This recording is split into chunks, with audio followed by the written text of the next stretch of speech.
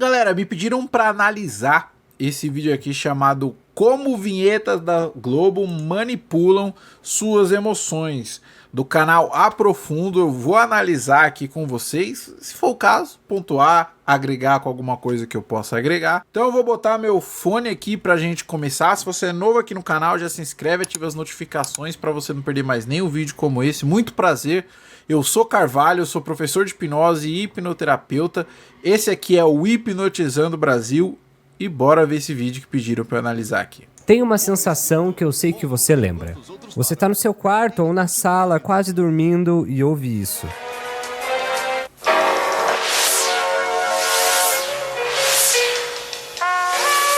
Gosto muito do canal Aprofundo. Oferecimento Nova Linha Dove Controle de Queda. Lugar de cabelo é na cabeça.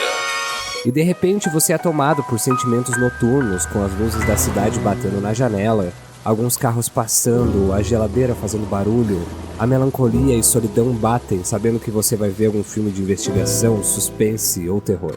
Você pode achar que tudo isso é coincidência, mas não é. Nesse vídeo eu vou te provar como a vinheta do Supercine é meticulosamente pensada para manipular suas emoções, em como ela mistura jazz, nostalgia e até o capiroto. Deixa eu já fazer um adendo aqui, fazer um complemento que eu acho legal. Vocês sabem por que tem essas vinhetas, novela sempre tinha introdução, série pra televisão sempre tem essas coisas? Que é como eles eram pra televisão, você não pode pensar com a cabeça de hoje de streaming, né? Quando era pra televisão, as pessoas ficavam zapeando, ou então deixava a TV ligada e ia fazer outra coisa. E a partir do momento que começa essa vinheta, essa introdução, opa, e agora vai começar tal coisa. Nesse caso, trazia esses sentimentos que ele citou aqui pra ele. No caso da pessoa que tá passando ali, ouve a música da novela, opa, vai começar a novela. A pessoa entra no modo assistir a novela. Sabe quando um jogador vai entrar em campo para jogar bola, ele faz lá o sinal da cruz dele, isso é um ritual que ele entende, opa, está na hora de eu entrar no modo jogador de futebol. Então pessoas que tomam uma bebida quente antes de dormir, tomam um leitinho quente ali para dormir, a pessoa tome, opa, agora é hora de dormir, porque isso virou um ritual. E já já eu posso até explicar como que isso funciona no cérebro para vocês.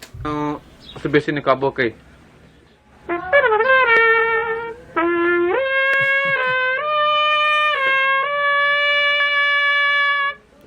Essa vinheta tá bem recente na minha cabeça, que eu vi a Fernanda do Big Brother, ela foi eliminada, e fizeram a versão dessa vinheta pra ela e passaram lá no bate-papo com a eliminada. Tá bem fresca essa vinheta na minha cabeça. Com um dos maiores designers do mundo, o Hans Donner. Hans Donner nasceu na Alemanha em 1948, mais cedo foi viver na Áustria. Em 1974, depois de ler uma reportagem sobre o design publicitário produzido por profissionais brasileiros, decidiu vir ao país. Na época, a Globo não tinha um departamento de arte e as aberturas dos programas eram realizadas por uma firma terceirizada. Ao ver os trabalhos do designer, Walter Clark, diretor-geral da Globo na época, o contratou imediatamente. Em 1975, ele se mudou para o Brasil com o seu primeiro trabalho aqui, que foi a criação da nova marca da Rede Globo. Pouca coisa. Só pouca isso, coisa, né, pro cara fazer. Esse é o trabalho do cara.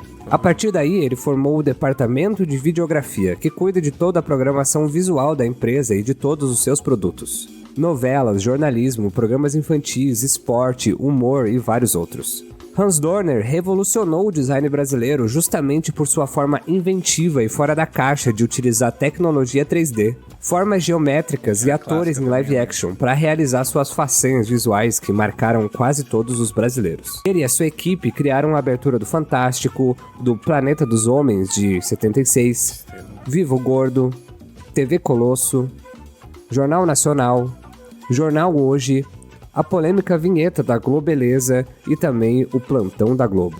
Eu sei que parece óbvio, mas já notou que conforme o dia vai anoitecendo, os telejornais também vão? Isso é o poder e o dever do design. Mas quando chegava na parte da música, era o próprio Boni que escolhia os compositores.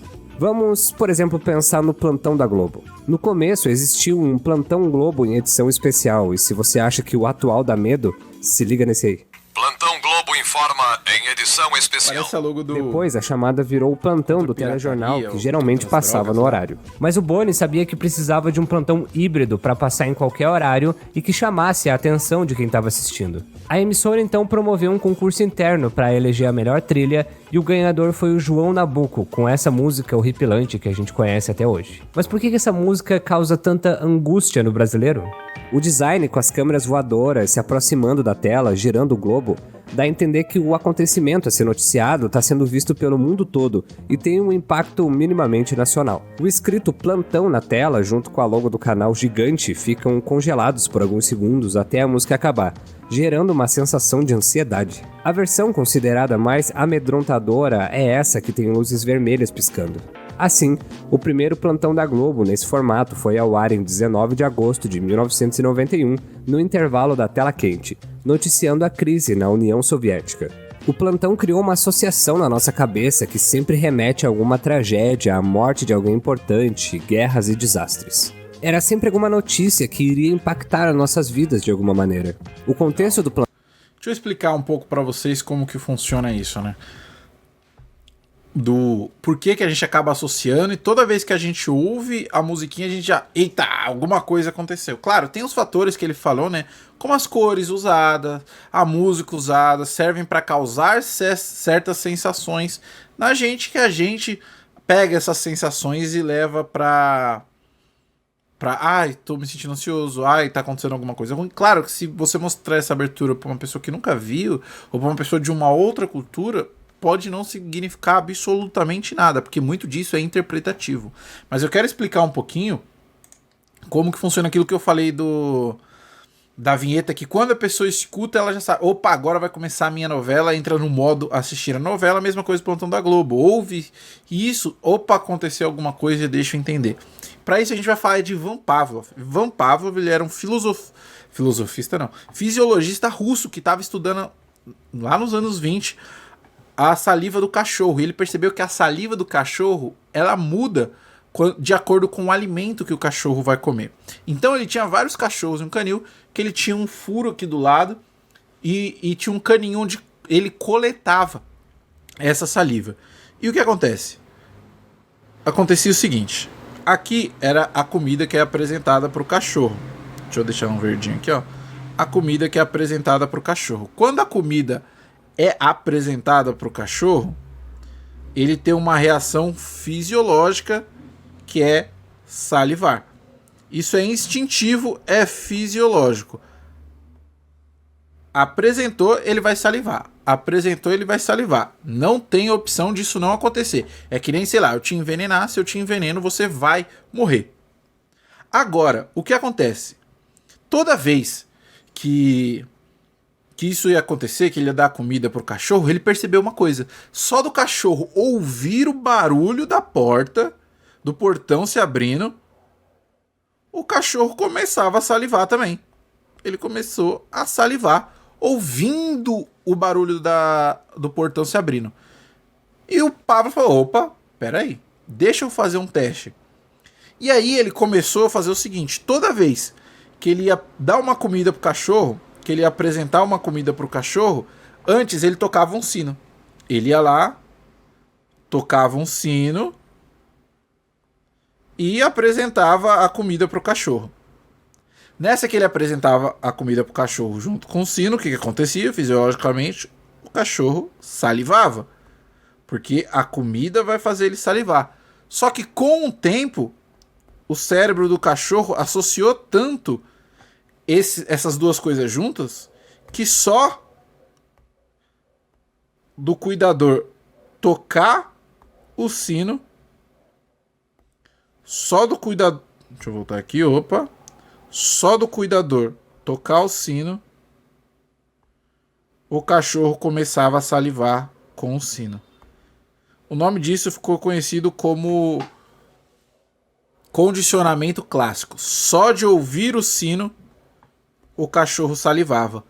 Algo que antes ele precisava da comida para poder acontecer isso. Isso é bem exemplificado no filme do Laranja Mecânica, onde eles pegam, injetam uma substância que vai fazer o Alex, o protagonista, passar mal, enquanto exibem várias cenas de violência. E toda vez que ele vê essa cena de violência depois, ele acaba o quê? Passando mal por causa desse condicionamento. Claro que lá é um filme ficcional, não funcionaria assim na vida real, não é bem assim que funciona a longo prazo, você não vai conseguir fazer terapias aversivas que sejam efetivas. Inclusive, como eu disse, eu sou hipnoterapeuta, professor de hipnose, atendo várias pessoas que, por exemplo, querem parar de fumar, querem parar de algum vício, e fazer elas criarem nojo não vão fazer ela parar com o vício, tá bom? Mas é assim que funciona, de uma forma um pouco mais superficial de explicar. É assim que funciona o condicionamento, que é exatamente por isso que toda vez que a gente ouve esse plantão da Globo, a gente fica, eita, claro, como eu disse, além dos elementos musicais e visuais, tem esse fator de condicionamento, que toda vez que a gente viu era uma notícia muito grande, a grande maioria é tragédia. Então a gente acaba associando, assim como o cachorro. O plantão era sempre inesperado. Assim Ele geralmente entrava para adestrar cortando um a programação no meio, sem aviso. Por isso, muitas pessoas levaram um susto quando a música entrava. E a música criada por João Nabuco em sua composição é bem simples, mas muito efetiva. Ela tem 2 arranjos que, quando tocados juntos, dão uma sensação de urgência e credibilidade. A melodia do baixo é um Fá com quinta. É uma forma de acorde chamada de power chord, que é muito usada em rock, seja em heavy metal, punk, enfim, para ser uma nota mais pesada e repetitiva.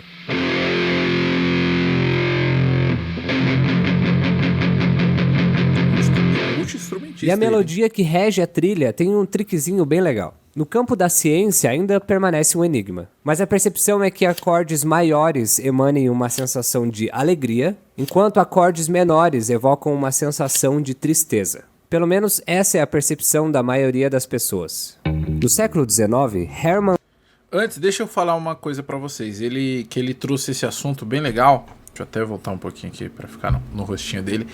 Ele falou que acorde X causa sensação Y, acorde Y causa sensação X. Isso é bem legal, porque existe uma coisa chamada sinestesia. O que é sinestesia que eu tô falando aqui, né? Essa palavra tem mais de um significado, ainda mais se ela começar com S ou com C. Mas a sinestesia que eu tô falando aqui é a união dos sentidos e a intersecção entre os sentidos. Uma coisa que em um sentido vai influenciar você em outro. Por exemplo, quando você vai comer, que tem o cheiro que faz você sentir gosto. Tem alguns cheiros que fazem você sentir determinados gostos. Assim como tem coisas que você ouve que vão fazer você sentir coisas fisiologicamente. Assim como tem coisas que você vê que faz você sentir. E às vezes tem coisa que você vê e ouve e se intercalam. Tem um experimento que foi bem legal, que foi feito, eu quero fazer com vocês agora. Imagina que existem 2 formas. Essa forma...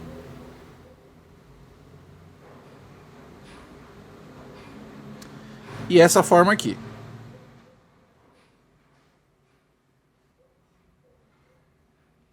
Imagine que tem essas 2 formas aqui. Eu vou até consertar essa primeira aqui.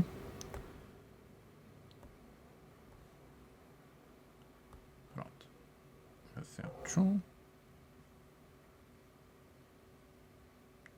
Imagina que existem essas 2 formas. Agora imagina que elas têm um nome. E existem 2 nomes possíveis. Uma chama Buba e a outra chama Kiki. Qual que você acha que chama Buba? Qual que você acha que chama Kiki? Inclusive, se você quiser, deixa aqui nos comentários. Qual que você acha que tem mais cara de Buba? Qual você acha que tem mais cara de Kiki? 95% das pessoas nos experimentos, eles respondem que essa mais pontuda se chama Kiki, enquanto essa mais redondinha, com formato mais arredondado, chama Buba. Por que que isso acontece? Quando a gente fala Buba, a quantidade de vezes que a gente abre a boca e a forma como que a gente abre a boca faz a gente sentir uma sensação mais fluida, uma sensação que faz a gente criar uma imagem mental mais parecida com isso aqui. Uma coisa mais solta, mais fluida. Agora, quando a gente fala kick, a gente tende a pensar em coisas mais espinhentas, mais pontudas. Tudo isso só pelo que a gente fala. Olha como a gente consegue associar todos os sentidos. Esse experimento do Bulba e do Kiki é bem legal para deixar isso claro, como um som influencia no que a gente sente, pela forma como a gente pronuncia esse som com a boca, pela forma como a gente escuta e o que ele gera de sensação e de imagem mental na gente. Esse experimento é bem legal. Deixa eu dar play aqui pra gente continuar.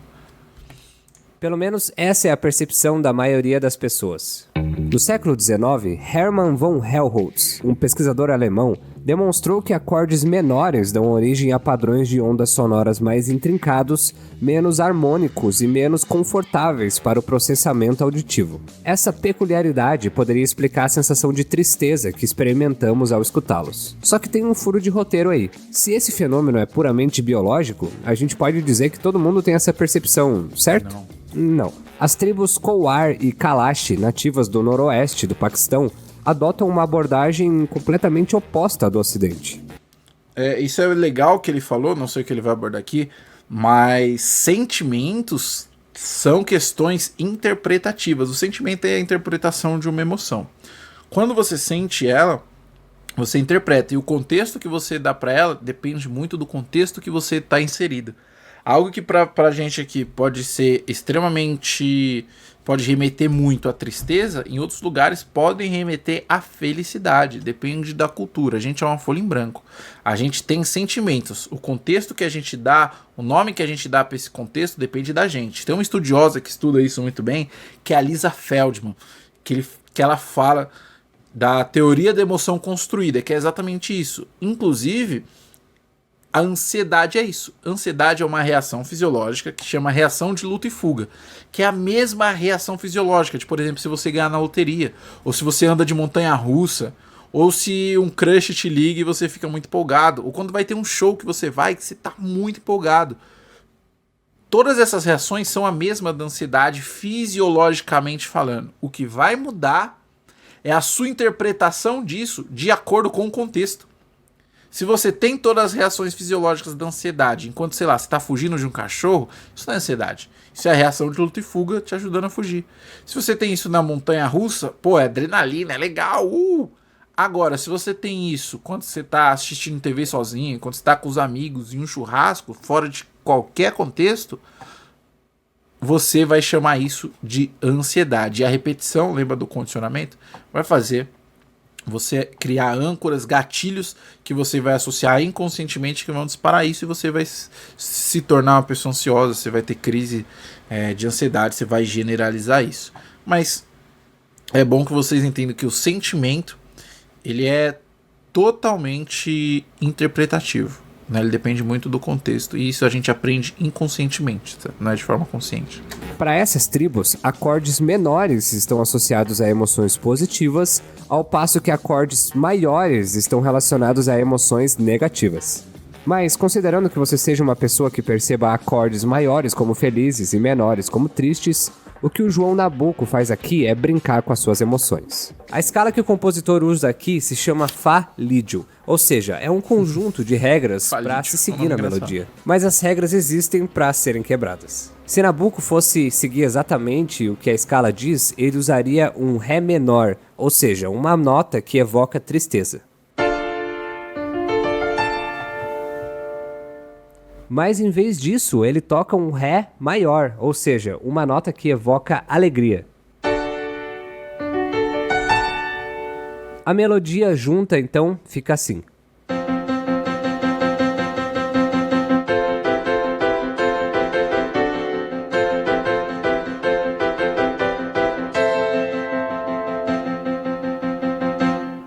Um misto de alegria e tristeza que faz você ficar confuso sobre o que sentir, tudo isso ao som de uma nota pesada e repetitiva. E assim, nasce uma obra-prima das vinhetas da Globo. Se você está curtindo esse conteúdo até agora, se inscreve no canal para não perder outros vídeos e deixa o like que é de graça, e isso me ajuda muito. E se você quiser assistir os vídeos do canal antes de todo mundo, se inscrevam aqui no canal também. E ainda me deixa um like se você tá gostando do vídeo, aperta nesse botãozinho aqui chamado Seja Manda. Se o valor couber no seu bolso, você vai me ajudar muito a manter esse canal ativo. Esse vídeo aí, obrigado. Agora, outra vinheta que gerava incômodo e urgência nas pessoas era do Acerte o seu relógio no horário de verão. Essa eu confesso que eu lembro, mas um pouco mais vagamente. Hoje, à meia-noite, começa o horário de verão. Tá, gente? Anos, nasci em 93. A trilha tem um ritmo acelerado com várias notas tocadas em sequência. Ela causava uma sensação de urgência, justamente sugerindo que o tempo tá passando, o relógio tá correndo e você precisa acertar o seu relógio, senão vai ficar no tempo errado. A vinheta dava quase uma ordem para quem assistia. Se você não acertar o seu relógio, você vai estar vivendo no tempo errado. E você tinha que sair acertando o relógio de pulso da cozinha, do celular, na época quando não tinha essa opção automática, do computador e etc. E tinha a vinheta que passava meia-noite para você adiantar ou atrasar o seu relógio. Que aflição, hein? Meu Deus. E os mesmos conceitos seguem em várias vinhetas antigas que marcaram a nossa vida, como, por exemplo, do Intercine, que tinha esses acordes pesados sendo alternados pela percussão. A do Corujão, que a gente nunca assistia o filme até o final, tipo... Ok, tá tarde pra caramba e eu ainda tô acordado, vou me ferrar amanhã. Essa sensação também vinha com a vinheta do Domingo Maior, mais conhecida como a vinheta oficial do Acabou o Fim de Semana. O jazz do programa do Jô, que era calmo, melódico e tranquilo, assim como o seu programa. E o da Sessão da Tarde, com o céu limpo e um arco-íris que nos abraçava dizendo: tá tudo bem, você vai assistir um filme leve, tranquilo agora, pode ficar de boa. Mas de todas essas vinhetas, a que mais me intrigou durante todos esses anos foi a do Supercine. E finalmente eu descobri o porquê. Primeiro, o design. A vinheta do Supercine, em questão de gráficos, é uma das mais simples. O conceito segue o caminho de rolos de filmes se entrelaçando até formar um S de super, enquanto as cores são predominantemente azul e amarelo. Uma paleta bem noturna. E é isso, não tem muito mais o que prestar atenção. Tendo um design tão simples, o que se destaca é a música. Roger Henry é músico, maestro e compositor, e responsável por mais de 2.000 trilhas da Rede Globo, incluindo a do Supercine. Em entrevista à revista Época, ele diz: em quase 40 anos de carreira, eu brinco que eu sou um homem invisível, porque ninguém sabe que eu existo. É um trabalho enorme, como no cinema. E se ninguém percebe, é porque tá bem feito. A sessão começou em 1981, sendo exibido nas noites de sábado, após a novela das 8, passando filmes mais adultos e com um teor mais violento e sensual, em função do seu horário de exibição. De 1981 até 1984, ela tinha uma vinheta mais longa, com outra música, ainda nessa pegada no ar, mas bem diferente do que a consagrou. A nova vinheta estreou em 84, sendo reformulada diversas vezes conforme a tecnologia e os aspectos das TVs iam mudando. Até chegar nessa aí, que é a atual, que... daqui a pouco eu falo sobre isso. Mas por que justamente essa trilha causa tanto estranhamento e melancolia? Tudo começa no gênero, porque a música de Roger Henry é um jazz.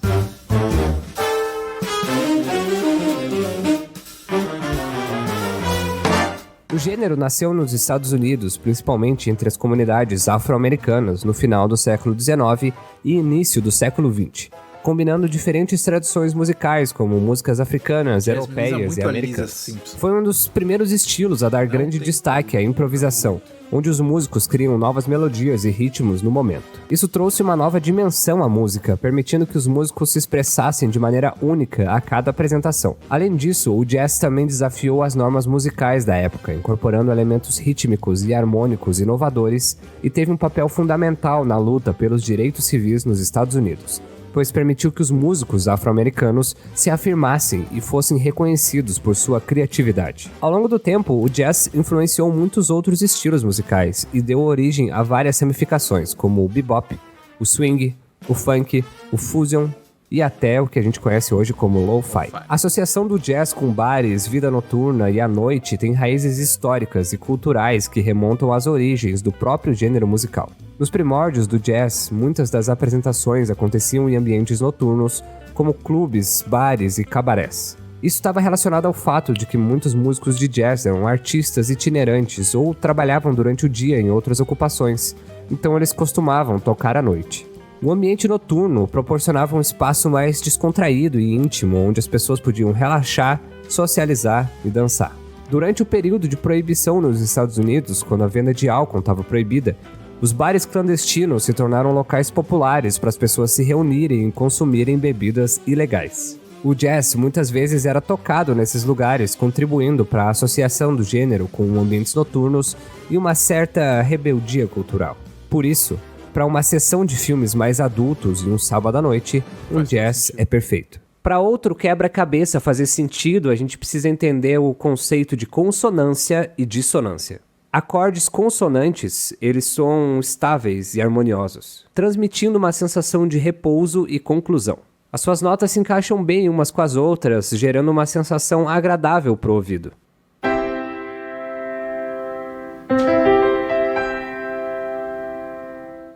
Por outro lado, acordes dissonantes são acordes que soam instáveis.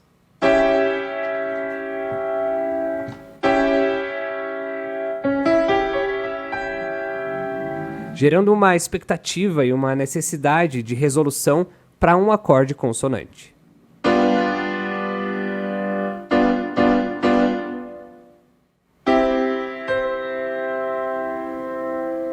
As suas notas têm combinações que geram um atrito sonoro, gerando uma sensação de aflição. Esses sons estão por toda parte na nossa vida.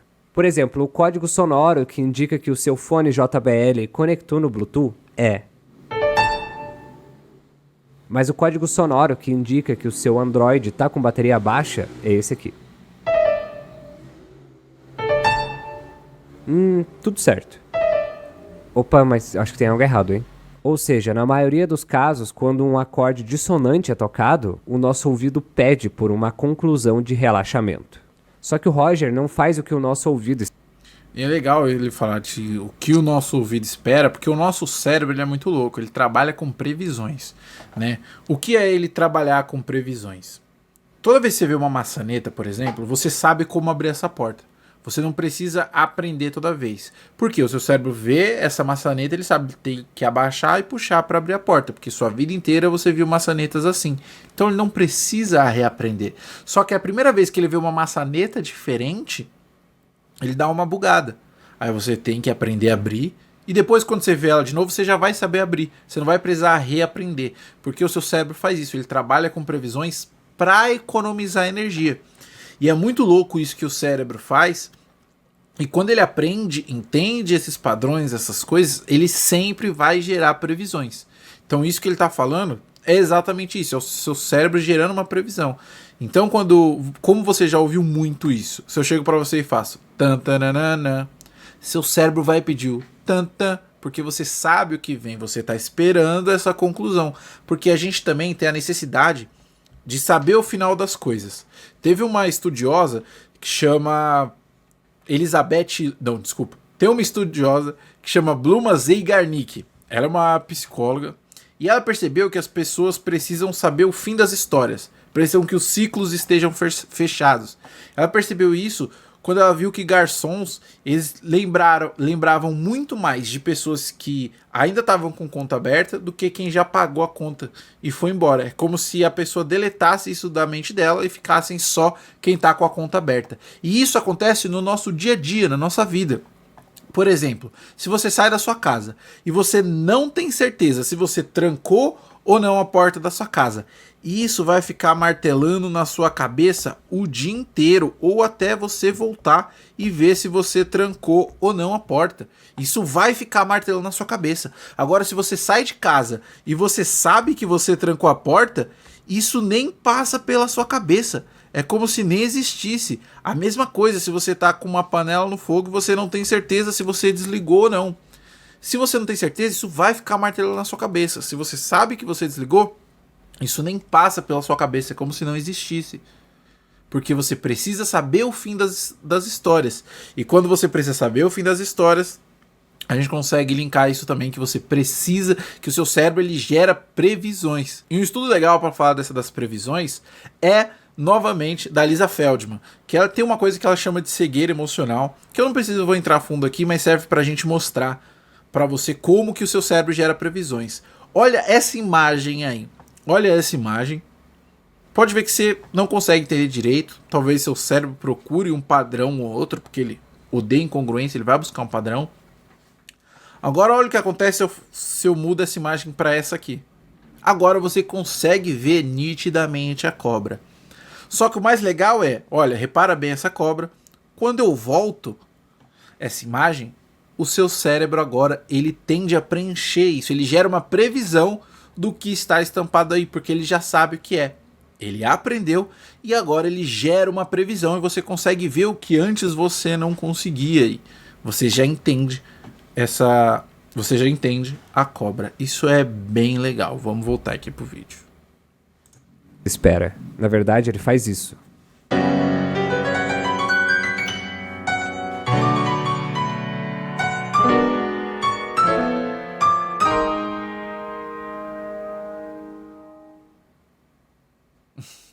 Tá, Lucas, mas o jazz era feito pra relaxar, ficar de boa e curtir a noite. Então por que essa trilha causa o efeito contrário nas pessoas? A trilha do Supercine utiliza acordes consonantes e dissonantes, assim como em várias músicas de jazz. Mas não é qualquer acorde dissonante. É um chamado trítono. Lembra que eu mencionei o Sete Pele lá no começo? Então, a história começa assim. Durante a Idade Média, a Igreja Católica exercia uma influência significativa sobre a música e a sua teoria. Músicos e teóricos musicais trabalhavam seguindo as regras e princípios da igreja. O trítono, devido à sua natureza dissonante, não se encaixava bem nas estruturas rígidas da música sacra e era considerado um acorde do diabo. O termo diabolus em música, que significa o diabo na música em latim, era frequentemente usado para se referir ao trítono. Acredita-se que essa associação tenha sido influenciada pelo desejo da igreja de manter a música sacra harmoniosa e agradável aos ouvidos, evitando os intervalos dissonantes que poderiam criar uma sensação de desconforto ou perturbação. Essa associação do trítono com o diabo foi amplamente perpetuada por teóricos musicais e essa reputação maligna do intervalo também pode ter sido influenciada por crenças culturais, superstições da época e por ter sido utilizado em várias músicas de heavy metal. Mas segundo outras fontes, o termo diabolos em música era só para dizer que era difícil cantar esse intervalo, por isso o nome.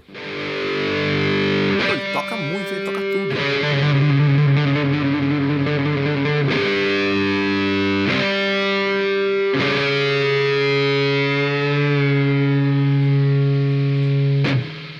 Além disso, o fator da memória afetiva é algo muito presente. A sensação de medo e desconforto vem desses acordes, mas também se relaciona quando assistimos o Supercine quando éramos crianças e adolescentes. O sentimento de estar acordado tão tarde assistindo um filme que você não deveria ver causa esse momento quase perigoso.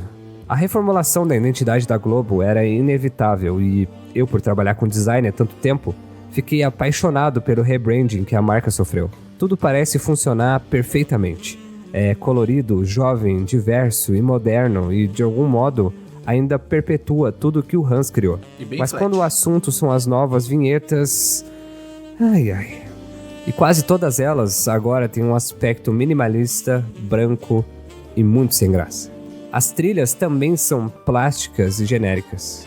É uma pena. O incrível é entender que essa sensação de medo não é um puro acaso. O poder das vinhetas da Globo vai muito além do que a gente imagina. Tanto o design do Hans Donner, que revolucionou a emissora e o design no mundo como um todo, até a meticulosa escolha das trilhas do João Nabuco, do Roger Henry e de todos esses outros e outras que a gente nem sabe o nome, mas, querendo ou não, fizeram a trilha sonora das nossas vidas. Talvez seja o saudosismo, talvez seja a nostalgia, sei lá. Depois de todos esses anos, essa trilha, além de medo, pode causar saudade. Saudade de um tempo mais simples, onde a sua única preocupação era saber se você ia ter medo do filme que ia passar, ou se você podia estar assistindo aquele filme até tarde. Ai, gente, ó, amanhã é domingo, neurônios e eu preciso dormir, ativando. já tá tarde, então, boa noite. Até mais.